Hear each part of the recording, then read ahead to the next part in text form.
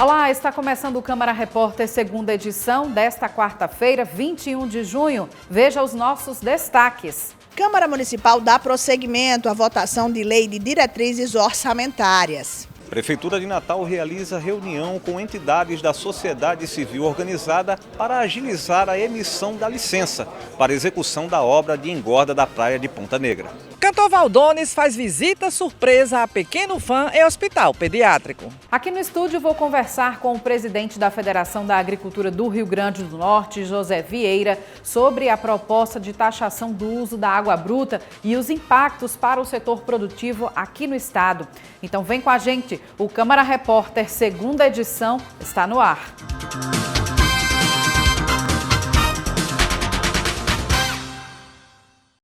A gente começa o Câmara Repórter falando aqui da polêmica em torno do atraso na obra da engorda de Ponta Negra. Ontem a gente mostrou aqui que o IDEMA se comprometeu em emitir nos próximos dias um parecer sobre o estudo e o relatório de impacto ambiental dessa obra. E na manhã desta quarta-feira, a Prefeitura de Natal reuniu entidades do trade turístico para pedir o apoio para destravar a obra. 8 meses após o pedido de licença ambiental ser requisitado pela Prefeitura para dar início à obra de engorda da praia de Ponta Negra, o processo segue travado em 2 órgãos, o IDEMA e o IBAMA. Na manhã desta quarta, o prefeito Álvaro Dias realizou uma reunião com entidades da sociedade civil, solicitando que seja organizada uma frente ampla para que a licença seja concedida e o serviço iniciado. A demora no licenciamento com relação à obra da engorda da praia de Ponta Negra está aí sacrificando o Morro do Careca, que é o principal cartão postal da cidade, e que, se houver uma demora significativa para iniciar a engorda, que vai proteger o Morro do Careca, que vai proteger toda a orla urbana, ele corre o risco de se transformar numa grande falésia, dando aí um soco para destruir o turismo de Natal, que é a nossa principal fonte geradora de emprego e renda da nossa cidade. Nós precisamos que a praia de Ponta Negra volte a ser uma praia humanizada, uma praia onde nós cidadãos possamos utilizá-la. Hoje, quando a maré está cheia, nós não podemos mais utilizá-la. Temos um calçadão que vive sendo quebrado e destruído pelo próprio mar. E agora, o nosso maior cartão postal, que é o Morro do Careca. E se nós, como cidadãos, não podemos utilizar, imagine o turista. O maior reflexo disso é o tempo de permanência do turista na nossa cidade, tem diminuído. E esse tempo de permanência significa dizer que o turista está ficando menos tempo e deixando menos dinheiro na nossa economia. Prova maior disso também é que temos vários hotéis que estão à venda em Ponta Negra. Então precisamos imediatamente recuperar, humanizar a praia de Ponta Negra, o Morro do Careca, o calçadão, e que nós cidadãos possamos voltar a utilizar, bem como o turista ficar mais tempo aqui no nosso destino. Essa é a nossa intenção maior para que possamos ter uma cidade mais desenvolvida turisticamente. Além da engorda, o projeto prevê a drenagem, reforma do calçadão e a urbanização de toda a praia. O investimento geral ultrapassa a casa dos 100 milhões de reais. A Prefeitura está na primeira etapa da obra. Obteve apenas a licença para o enrocamento da praia. A autorização para que seja iniciada a engorda depende de uma avaliação técnica do IDEMA sobre o EIA-RIMA, estudo de impacto ambiental enviado pelo chefe do Executivo. Um estudo realizado por técnicos da UFRN revelou que o mar avança de 8 a 10 metros por ano em Ponta Negra. Os especialistas defendem que sem a drenagem e a engorda, tanto o Morro do Careca quanto o calçadão serão cada vez mais atingidos, tornando a praia irreconhecível. Por se tratar de uma área costeira, o IDEMA notificou o IBAMA para definir a quem compete a emissão da licença. Nós estamos agora parados, aguardando uma discussão de competência de licenciamento entre IDEMA e IBAMA, que é um completo absurdo. E por que é um completo absurdo? Porque o próprio IDEMA já faz licenciamento de bacias offshore no estado do Rio Grande do Norte na área de petróleo. E nós estamos aqui agora discutindo se deveria ser IDEMA ou IBAMA a licenciar uma jazida mineral de areia para retirada daquilo que é um impacto positivo e não negativo, um impacto positivo em toda a orla de Ponta Negra. É descabido, falta o bom senso, falta realmente o interesse e o foco de fazer com que esse projeto ele possa ser licenciado o mais rápido possível e o município possa startar os processos licitatórios, tanto da contratação dos projetos finais executivos, quanto também da intervenção através da engorda. Em reunião realizada na última terça com o Ministério Público Federal, o IDEMA esteve presente e se comprometeu de em 2 semanas dar um novo posicionamento sobre a emissão da licença. Outros locais houve o licenciamento por parte do órgão de licenciamento local. Então não entendemos porque misteriosamente o IDEMA enviou essa competência para o IBAMA. Nós entendemos que isso aí atrasa a obra, dificulta o andamento, até porque nós não podemos iniciar sem o licenciamento. E ainda nessa reunião, o prefeito Álvaro Dias também anunciou que vai fazer uma mobilização pública de apoio à obra de engorda da praia de Ponta Negra, mas a data ainda vai ser marcada e a gente vai acompanhar, claro, acompanhando toda essa situação. Foi convocada a primeira turma de aprovados do concurso da Fundase. A nomeação dos aprovados foi publicada no Diário Oficial do Estado desta quarta-feira. Tarsila Costa tem os detalhes. O governo do Rio Grande do Norte convocou e nomeou a primeira turma de candidatos aprovados no concurso público para a Fundação de Atendimento Socioeducativo do Estado, Fundase, realizado em 2022. O ato foi publicado nesta quarta-feira no Diário Oficial. Os novos servidores foram convocados para cargos de técnicos de nível médio e superior e agentes socioeducativos, assistente social, psicólogo e pedagogo. Os convocados irão atuar nas 10 unidades socioeducativas do Rio Grande do Norte, sendo 5 em Natal e Parnamirim, 3 em Mossoró e 2 em Caicó. Segundo o governo, até o dia 30 de junho será feita uma segunda convocação de aprovados. A previsão é que, ao final, sejam convocados mais de 500 novos servidores. E agora uma boa notícia. A Justiça Federal autorizou uma associação potiguar a produzir medicamentos com base na substância cannabis. Simone Silva tem as informações. A 5ª Vara Federal do Rio Grande do Norte autorizou nesta quarta-feira a VITA, Associação de Promoção à Medicina Integrativa, a cultivar cannabis para a produção de óleo terapêutico da planta para fins exclusivamente medicinais. Pela decisão, a Associação Natalense precisa se submeter ao controle e registro da Agência Nacional de Vigilância Sanitária, a Anvisa, em relação aos produtos.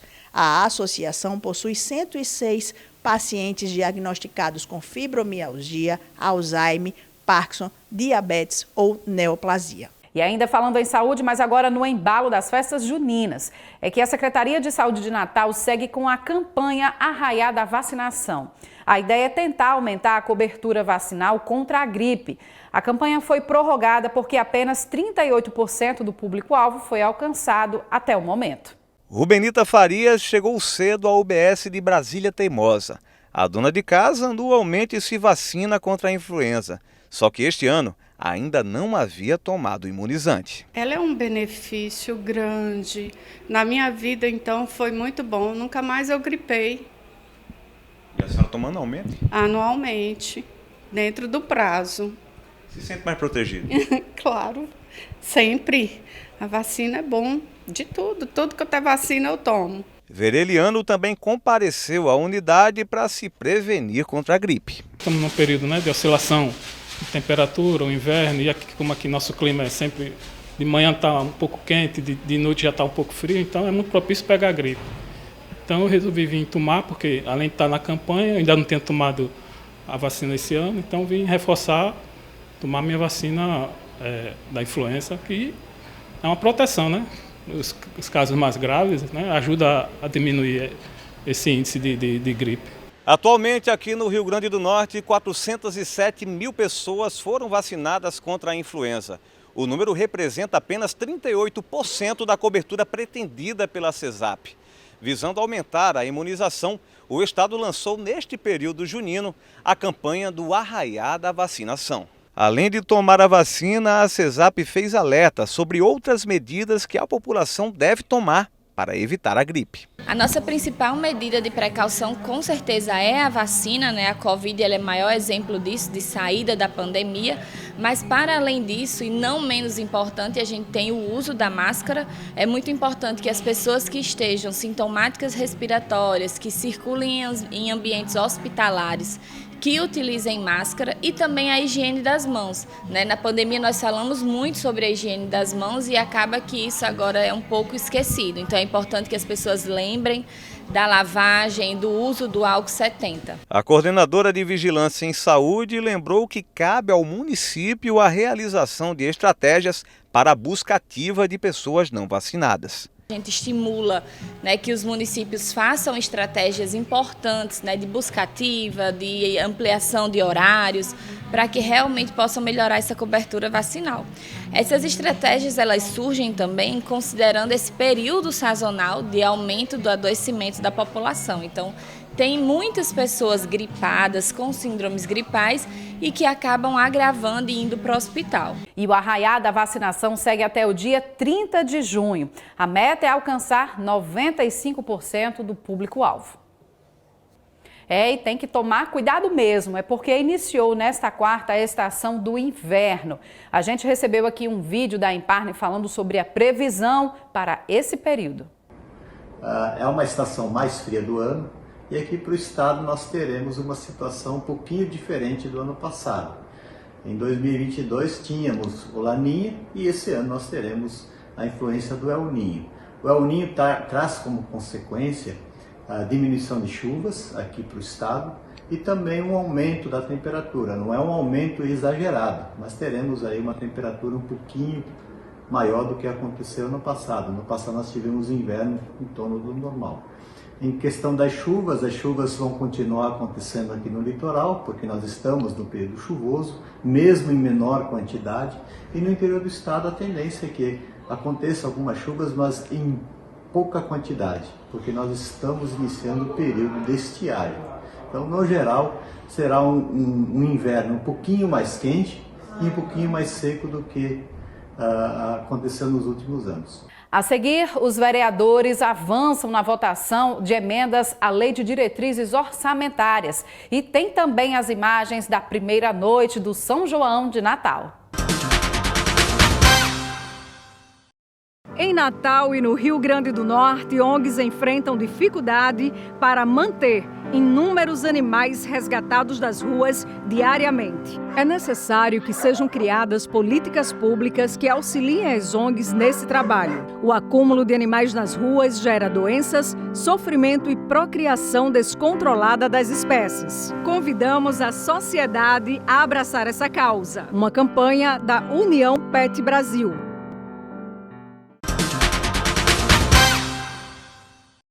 Os vereadores de Natal retomaram a votação das emendas à LDO. Os debates foram marcados pela discussão das propostas não consensuais.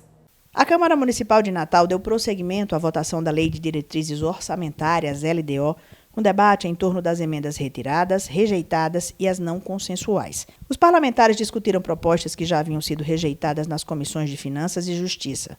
Houve entendimento que emendas que não alteravam a forma e sim direcionavam investimentos poderiam ser aceitas, a exemplo das sugeridas pelo vereador Daniel Valença, que levantou o debate. Nós fizemos o maior número de emendas à LDO dentre as 29 cadeiras de vereadores que tem na casa. Foram 48 emendas. O que acontece? Havia um procedimento interno nos últimos anos de a Comissão de Finanças se reunir com a Secretaria do prefeito Álvaro Dias e a partir daí tirarem desde já uma série de emendas na forma, ou seja, como se tivessem erro de formalidade. E nós passamos de segunda para cá estudando as mais de 40 emendas que foram derrubadas e hoje demonstramos que, na verdade, sem dúvida alguma, mais de 30 delas não tinha nenhum erro, nenhum equívoco formal. E ao apontarmos isso hoje no Parlamento, trazendo que na Câmara Federal é assim que funciona, na Assembleia Legislativa é assim que funciona, que o histórico dessa casa é este, a mesa diretora mudou o posicionamento e acatou 10 das emendas nossas que tinham caído, bem como emendas de vários outros vereadores que também tinham caído na forma. Então, na verdade, houve um acordo, nós abdicamos de várias delas para preservar esse acordo, mas ao menos colocamos em xeque o funcionamento da casa e conseguimos provar que ele estava sendo, na verdade, contrário ao próprio interesse do Poder Legislativo e, por óbvio, da população natalense. Uma Uma das propostas rejeitadas e que movimentou o plenário foi sobre a ampliação do percentual do orçamento participativo, que hoje é de 1,5%. Diversos vereadores apresentaram propostas para aumentar esse patamar entre 2% e 10%. Hoje, esse orçamento participativo, entre aspas, a porcentagem do orçamento, como se fosse uma pizza, é apenas 1,5%. Em nossa opinião, é muito pouco. É um orçamento pouco participativo.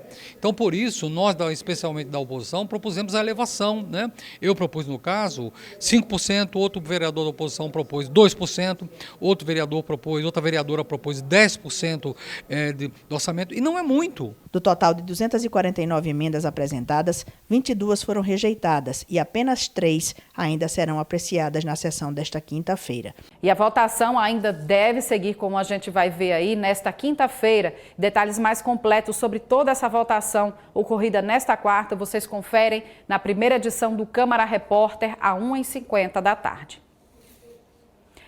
Os vereadores da Comissão de Direitos Humanos se reuniram para o último encontro desse semestre. Um dos projetos aprovados cria o programa Adote um Avô. E logo depois dessa reunião, aconteceu uma solenidade em homenagem ao Dia do Vigilante.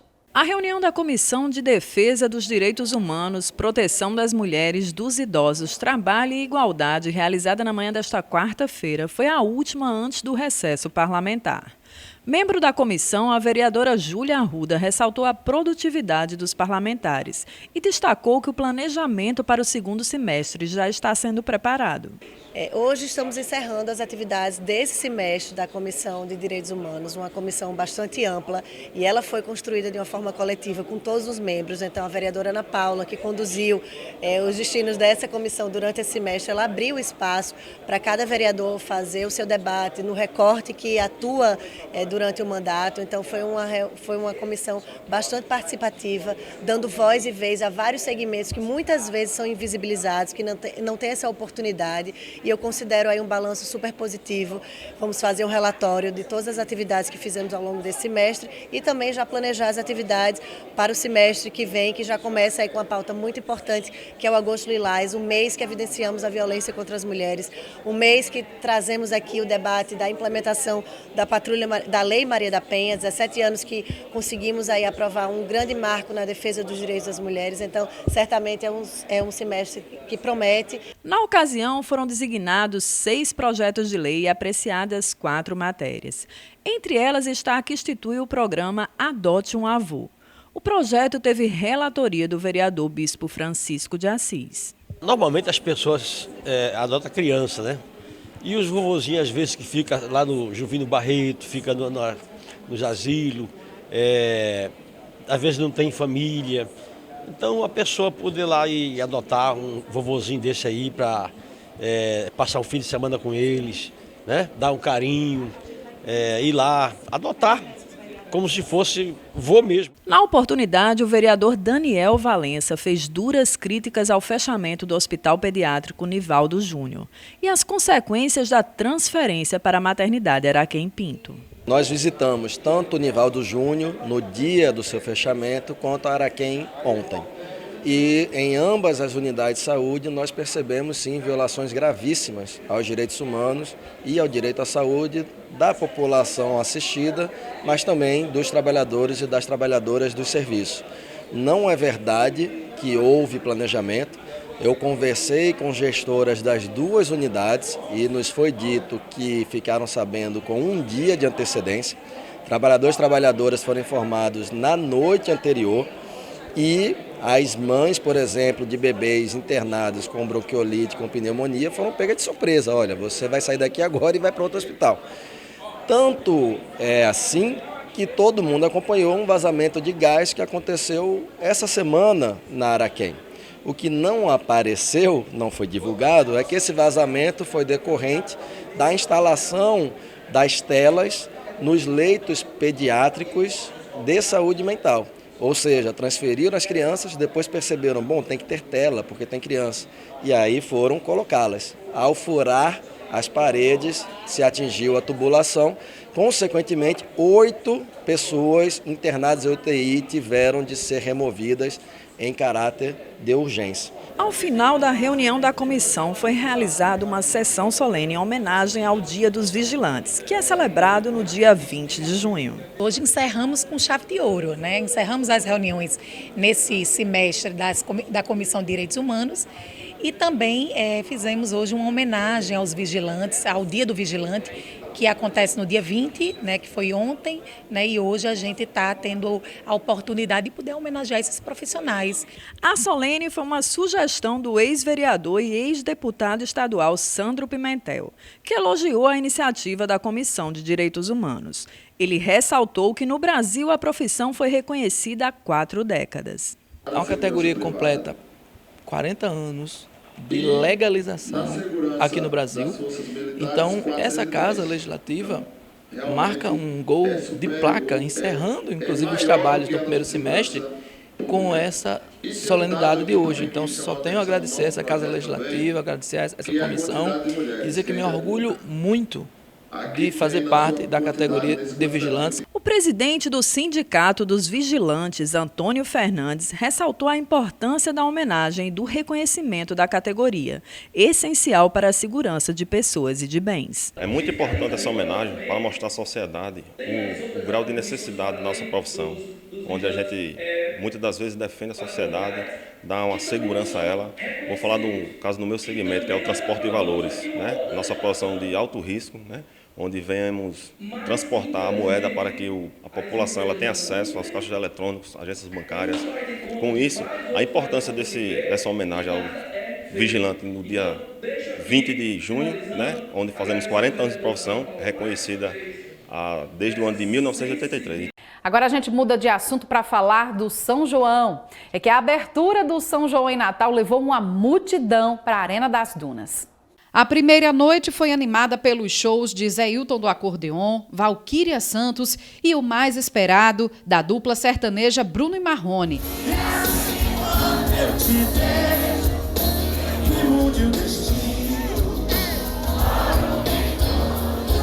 Segundo a Prefeitura de Natal, mais de 50 mil pessoas estiveram na Arena das Dunas. Shows que foram marcados pela tranquilidade. Eu estava lá, foi bonito de ver.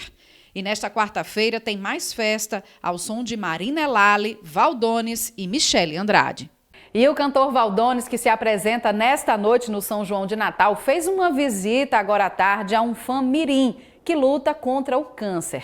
A repórter Edesiane Moreno acompanhou esse momento especial. Nascido no interior do estado, na cidade de São José de Mipibu, Bento Luiz, de 2 anos e 11 meses, levava uma vida normal. Em maio desse ano, o diagnóstico de um tumor na região do pescoço mudou sua rotina e a de sua família. Nesses 2 meses, o tratamento tem apresentado bons resultados. O tumor dele é na região cervical. Era um tumor muito grande, graças ao tratamento já reduziu bastante. Todo mundo sabe que a música tem o poder de trazer conforto e alegria para as pessoas. E com Bento não foi diferente. Desde cedo se encantou por vídeos e músicas folclóricas. E a que mais lhe chamou a atenção foi uma interpretada por Valdones. A partir daquele momento, elegeu o artista como ídolo e passou a gostar também de sanfona, instrumento que acompanha o cantor durante as apresentações. Ele tinha observado na nossa cidade uma manifestação cultural de folia de reis. A partir de então, nós ficamos mostrando vídeos e o que ele mais gostou era Valdones tocando junto com Marisa Monte e hoje é dia de Santos Reis. Como deve ser maravilhoso, porque poder emprestar a minha arte, poder emprestar a minha imagem para fazer o outro feliz, assim como eu fiz com o Bento, uma criança, né? Uma criança é uma coisa tão pura, né? Então, assim, eu tô aqui sem palavras muito para falar, sabe? Mas senti. E o que eu senti foi algo inexplicável, porque é uma admiração, tão puro. A história de Bento chegou até o cantor, que de passagem por Natal para uma apresentação, fez questão de visitar seu pequeno fã.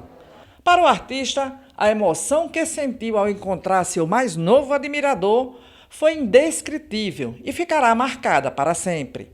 Ele reforça que o show desta noite tem um significado especial. É uma visita que vai ficar marcada para mim por muito, muito tempo. Ficou tatuado no meu coração. E hoje, uma visita que eu faço a uma criança e ver a felicidade no olho dele, passando pelo que ele está passando, aí, minha amiga, derruba qualquer um.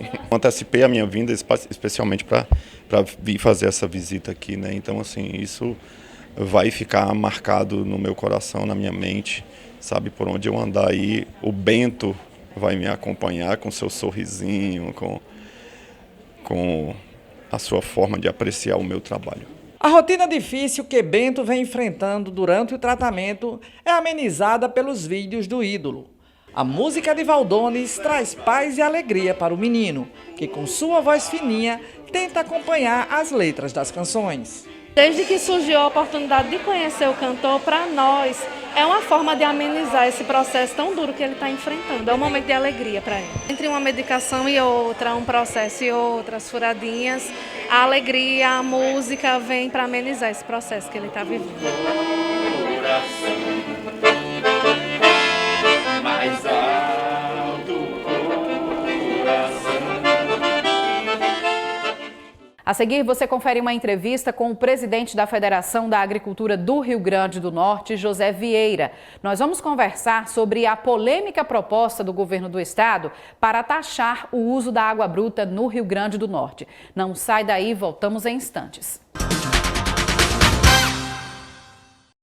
Em Natal e no Rio Grande do Norte, ONGs enfrentam dificuldade para manter inúmeros animais resgatados das ruas diariamente. É necessário que sejam criadas políticas públicas que auxiliem as ONGs nesse trabalho. O acúmulo de animais nas ruas gera doenças, sofrimento e procriação descontrolada das espécies. Convidamos a sociedade a abraçar essa causa. Uma campanha da União Pet Brasil.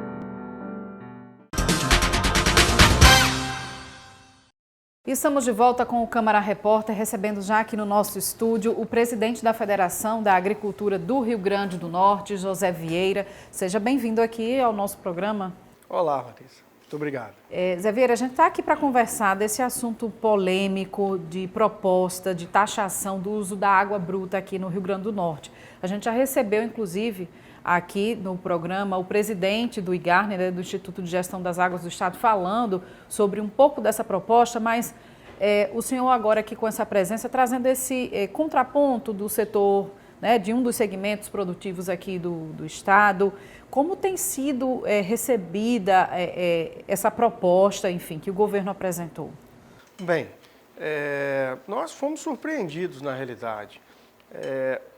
Todo movimento que o governo faz no sentido de colocar um novo imposto, criar uma nova taxa, isso nos deixa muito apreensivo, porque nós sabemos como começa, mas não sabe até onde isso vai parar. Então, o setor produtivo, nós estamos muito apreensivos, preocupados, né, porque eu tenho dito, inclusive, nessas audiências públicas, na Assembleia, nas reuniões, em vez de nós estarmos discutindo desenvolvimento, projetos e programas, todas as vezes que nós vamos lá é para discutir aumento de taxa, aumento de imposto, criação de nova taxa. Então, o setor produtivo já é muito penalizado de tanta burocracia, falta de assistência técnica, falta de acesso a crédito, questão de licenciamento ambiental.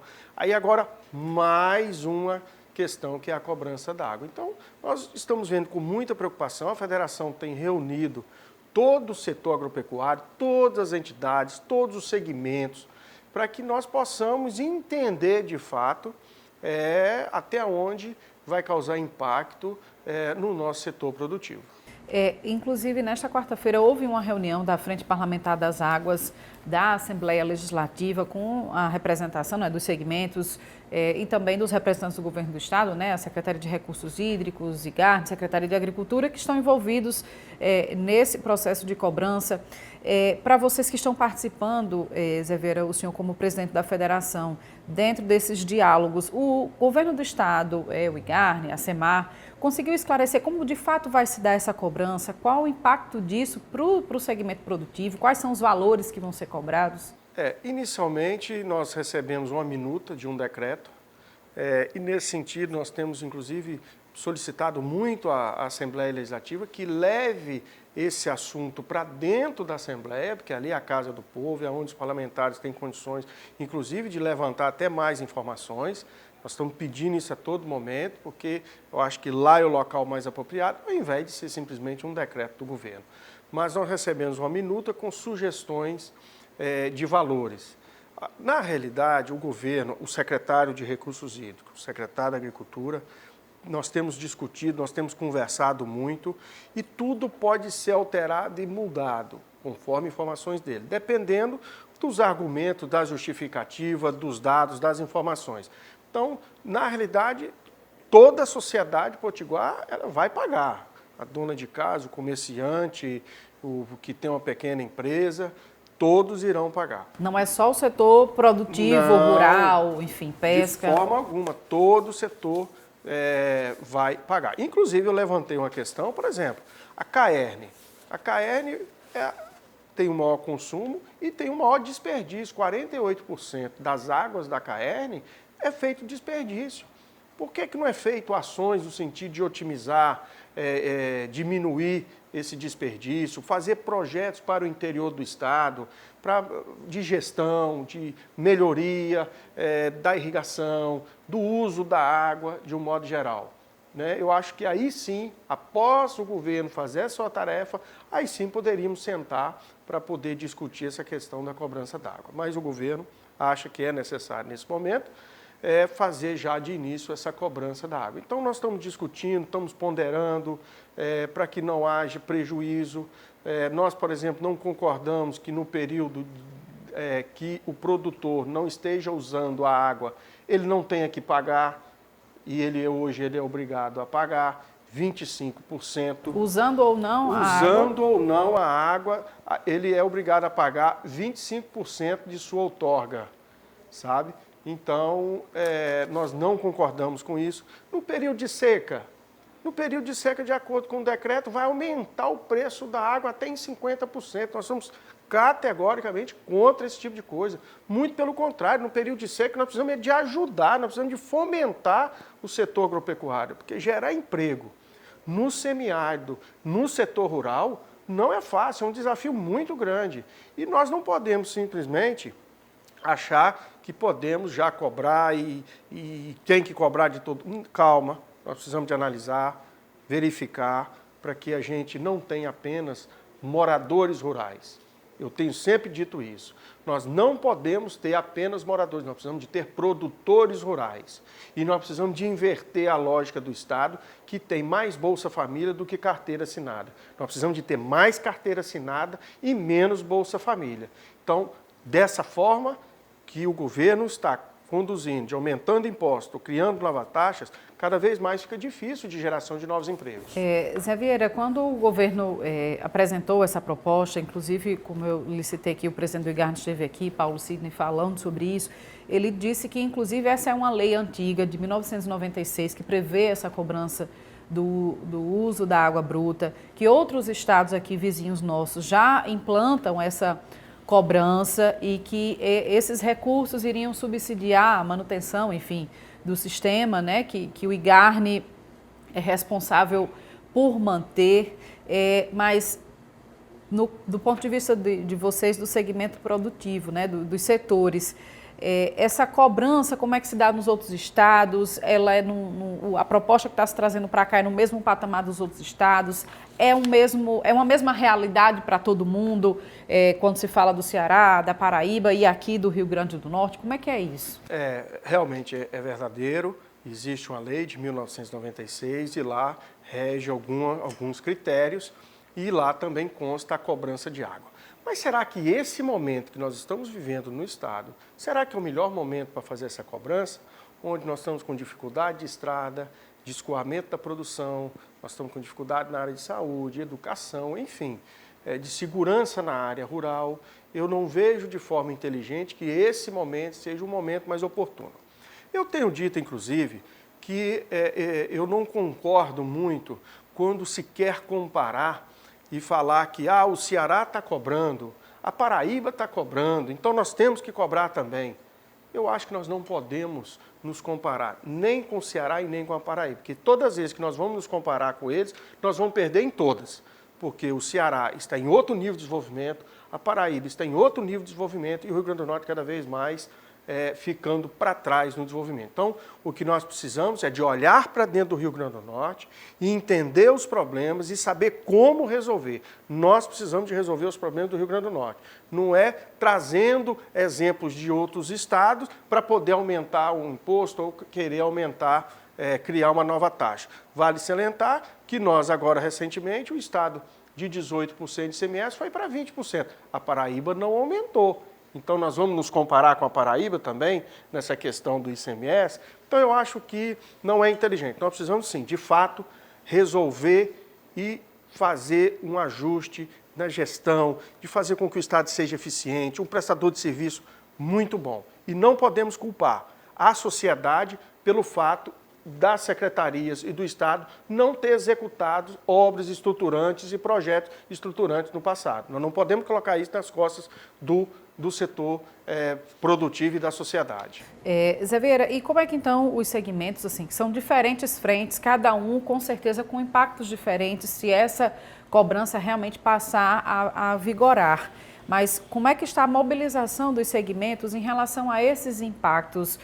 Foi pedido algum prazo ao governo do Estado? O que é que tem sido feito?